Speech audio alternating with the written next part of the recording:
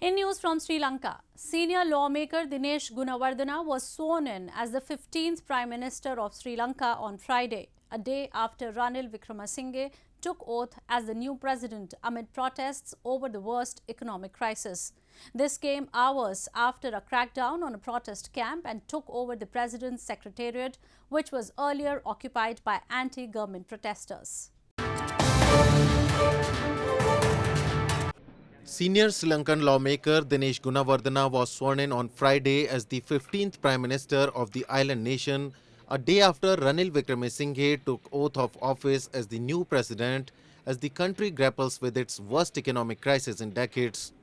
Gunawardena took the oath of office in the presence of Wickremesinghe, seated in front of uniformed military officers in a room packed with lawmakers and officials.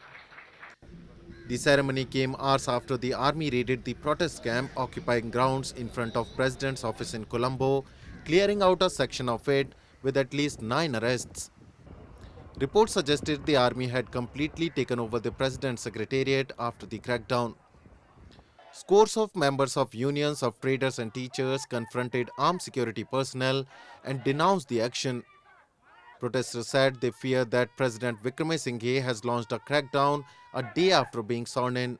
Ranil apita loku nae. Ranil apita loku nae.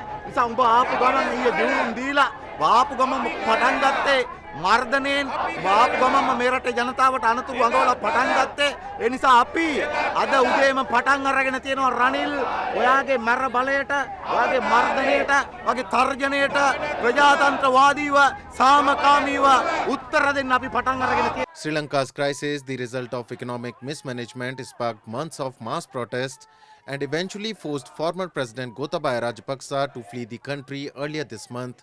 Former PM Wickremesinghe was elected as president this week in a parliamentary vote by lawmakers, hoping he would pull the country out of the crippling crisis.